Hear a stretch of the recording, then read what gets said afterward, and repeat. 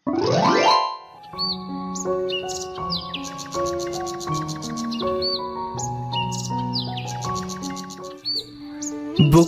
গ্রামে বিশু ধোপা তার বউ ময়নাকে নিয়ে বাস করত।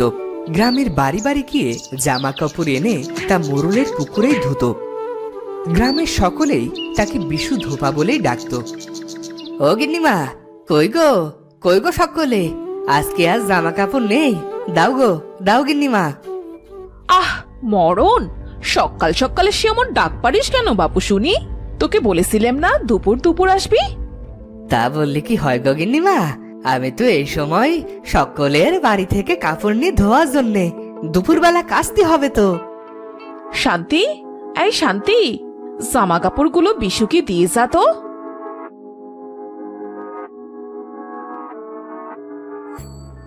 তা গিন্নিমা, আগের যে টাকাটা বাকি ছিল সেটা যদি দিতেন।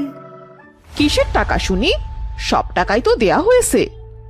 সে কি করছেন গিন্নিমা, গত 3 বার কাপড় নিলেন, বললেন যে আজ টাকা দেবেন।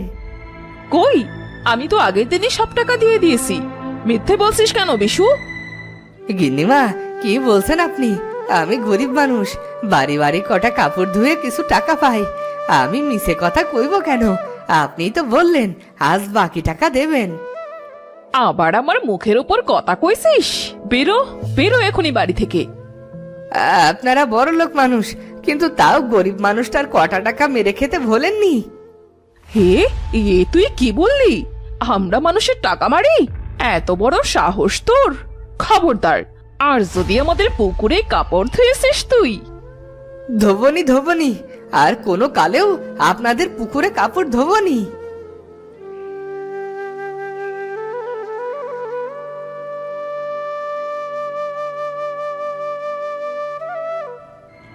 যাবনি, আর কোনোদিন যাবনি তাদের পুকুরে, গরিবের টাকা কটাও মেরে খায়। কি গো, কি হয়েছে? অমন করে রেগে ঘরে ঢুকলে যে? আর যাবনি কোনোদিন টাকা মেরে খাওয়া লোকদের কাছে। কে টাকা মেরে খেলো? কি বলছো? আরে মোরল গিন্নি বলেছিল 3 দিনের টাকা দেবে, আর আজ বলছে টাকা নাকি আগে দিয়েছে। সে কি গো, তুমি তো তাদের পুকুরে কাপড় কাচো, আর তো কোনো পুকুরেও কাপড় কাচতেও দেয় না, আর তুমি তাদের সাথে ঝগড়া করে এলে? তো ঝগড়া করবনি তো কি করব শুনি? এখন তো সেই দিকেও আর কাপড়ও ধুতে দেবেনি।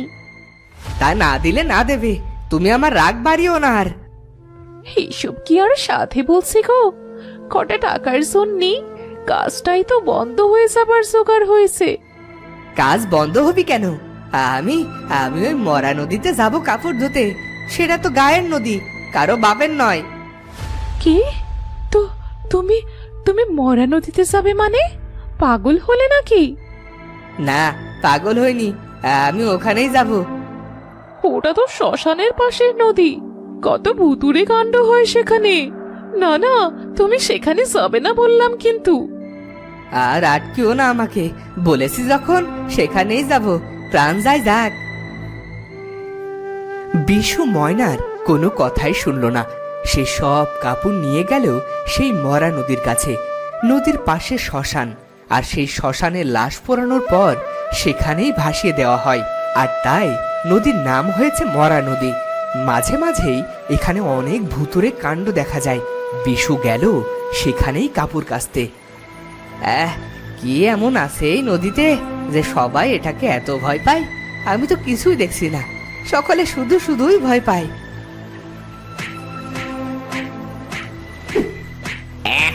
এই বেটা এখানে কাপড় ধুতে এসেছে, দেখো দেখো বউ। কই কই দেখি।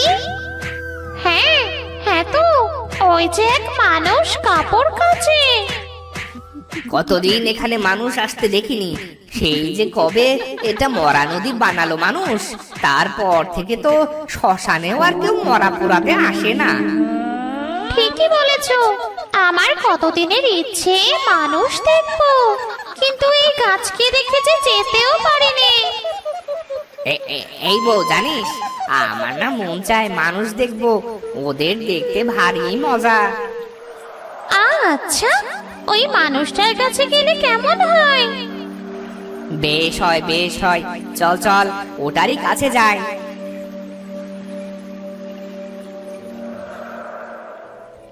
এমন আশ্রাবো না যে বাপের নাম ভুলে যাবে। এমন আশ্রে আশ্রে ধোবো যে আজ সব ময়লা চলে যাবে। প্রথমে একটাকে আশ্রাবো, পরে আরেকটাকে আশ্রাবো, লাঠি আর মুগুর দিয়ে পেটাবো আস্থা মতন। এ কি বলছে রে বউ? সর্বনাশ, ও তো আমাদের পেটাবে বলছে। ও কাপড়ের মতো আমাদেরও আছড়াবে বলছে। তাই তো, এখন কি হবে বলো তো? ও হয়তো ভূত পেটানো লোক। ছোটবেলায় দিদিমা বলতো, ভূত পেটনে দিক থেকে দূরে থাকবি নাতনি, ওরা হাতে পেলে পিটিয়ে মেরে ফেলবে। আরে আমিও তো শুনেছি। এবার এর কাছ থেকে বাঁচবো কি করে বলতো? শুনেছি মানুষেরা সোনাদানা খুব ভালোবাসে। আমার মনে হয় ওকে সোনাদানা দিলে ও আমাদের ছেড়ে দেবে। তাই তো মনে হয়। এক কাজ করি, একে আমরা কিছু সোনা দানা দিই, চল।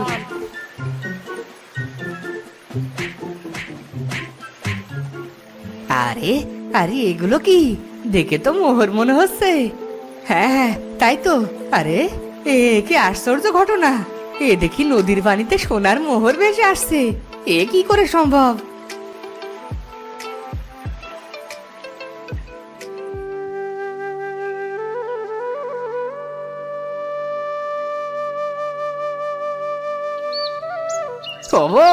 বউ, তাড়াতাড়ি দেখে যাও। এ কি, তুমি এত তাড়াতাড়ি ফিরে এলে যে?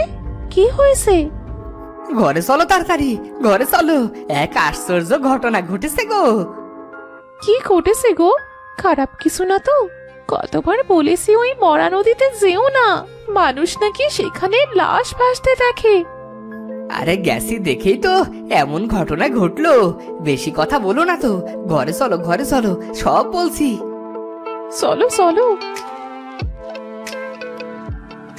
ঘরে গিয়ে বিশু তার স্ত্রীকে সব ঘটনা খুলে বলল।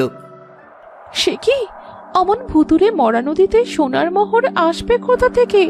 তবে সবাই যে বলে সেখানে ভূত আছে। আরে সেসব কিছু নয়, আজ যা মোহর পেয়েছি তাতে বসে বসে খেতে পারবো বছরের পর বছর। তাহলে চলো, কাল আমিও যাব মোহর আনতে। আচ্ছা, কাল দুজন মিলে মোহর আনবো।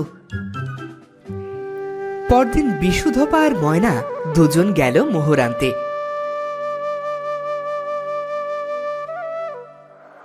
ওই দেখ পুটি, ওই ভূত পেটানো লোকটা আবার এসেছে। তার সাথে আরেকটা মানুষও আছে। আজ বুঝি আর রক্ষা নেই রে। ও বুঝি মোহরে খুশি হয়নি কাল? হবে না কেন? হ্যাঁ, কাল কত লাফাতে লাফাতে মোহর নিল। চল চল সামনে যাই। না বাবা, সামনে যাব না, যদি ধরে পেটায়। আরে চল না, গিয়েই দেখি। যদি মাপ চাইলে ছেড়ে দেয় তবে আর ভয় নেই। শুনেছি মানুষের আবার দয়া মায়া বেশি হয়। যাবে? তবে আচ্ছা চলো, দেখি কপালে কি আছে। কই গো, এত সময় দাঁড়িয়ে আছি কিন্তু মোহর তো আসছে না। তুমি যে বললে মোহর এসেছে। এখানেই তো এসেছিল কাল, কত কত মোহর।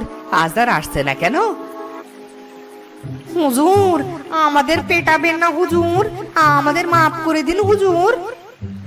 আপনি আমাদের ওস্তাদ, আমাদের মারবেন না। আমরা আপনার গোলাম হয়ে থাকবো হুজুর, তাও আমাদের পেটাবেন না আপনার ওই মুগুর দিয়ে। ওরে, এই যে দেখি ভূত। কে কোথায় আসো গো? কে কোথায় আসো? এসো গো, এসো। আমরা যে ভূতেদের কাছে এসে পড়েছি। কে কোথায় আসো? না না হুজুর, ছেড়ে দিন, আমাদের মারবেন না। না না হুজুর, ভূত পেটানোর জন্য অন্য কাউকে ডাকবেন না। আমরা এই কান ধরছি, কোনো দিন আর এইখানে আসবো না। আপনাকে খুশি করতে এই মোহরের চারা দিয়ে যাচ্ছি। এই গাছ বড় হলে আপনি যত চাইবেন মোহর পাবেন। পালা পুটি পালা। চলো চলো এখান থেকে ভাগি, ভুলেও আর মানুষের সামনে আসবো না। মোহরের ছোট চারা গাছ নিচে ফেলেই পুটি আর বিটলু পালালো। এদিকে ময়না আর বিশু বুঝতে পারলো যে ভূত দুটো ওদের দেখে ভয় পেয়েছে। এইটা কি হলো বলো তো? ভূত তবে মানুষের ভয় পায়? আর আমরা তো এতদিন ওদের দেখে ভয় পেতাম। চলো চলো ওদের দেয়ায় চারা গাছটা গিয়ে লাগাই, দেখি সত্যি সত্যি মোহরের গাছ কিনা। কাল তবে ওরাই আমায় দেখে ভয় পেয়ে মোহর দিয়েছিল।